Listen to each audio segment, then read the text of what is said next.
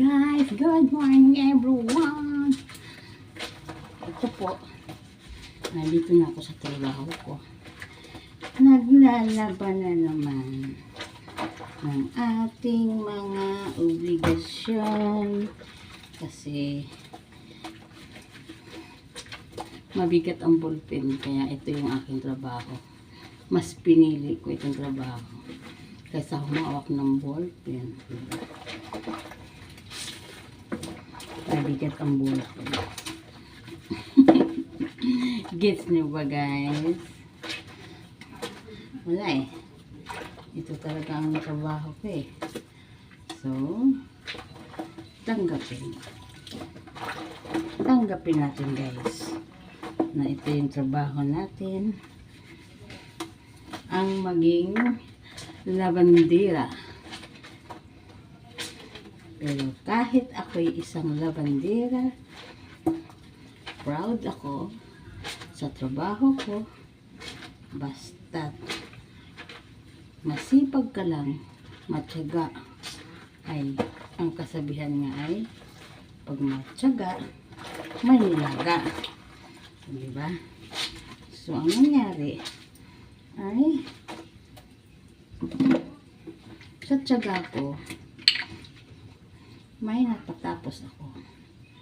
Paulit-ulit ko mang sabihin yan kasi nga proud ako sa aking trabaho.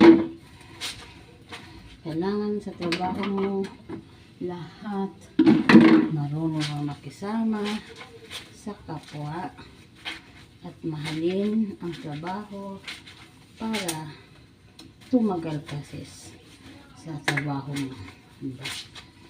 Walang trabaho na madali, lahat mahirap.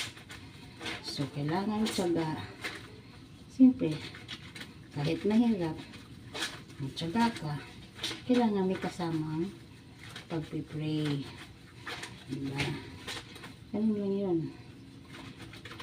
Maghapon ka magpagod, pag uwi mo sa bahay, parang wala na yung pagod mo kasi natapos mo na naman ng buong araw, nakapagtrabaho ka na, nakaraos ka na naman, diba? Ganun lang yun eh. Tayo mga nabubuhay dito sa mundo,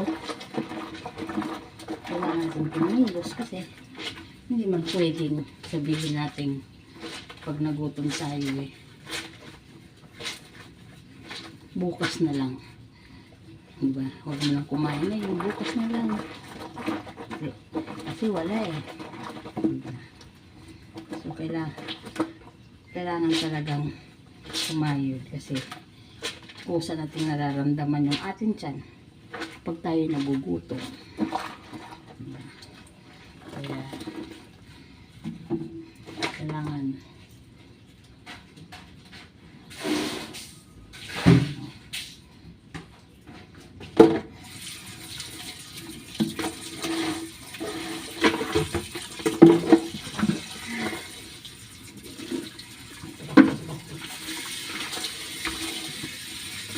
natin kumayod ng kumayod.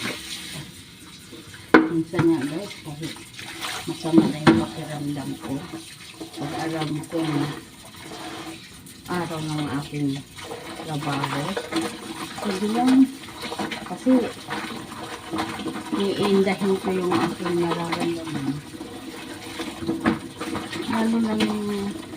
Lalo pala nagkakasakit eh. Kaya ginagawa ko, dandahan lang. Kasi sabi na nila, pag inaalagaan mo ang iyong naramdaman, ay lalo kang magkakakulit. Diba?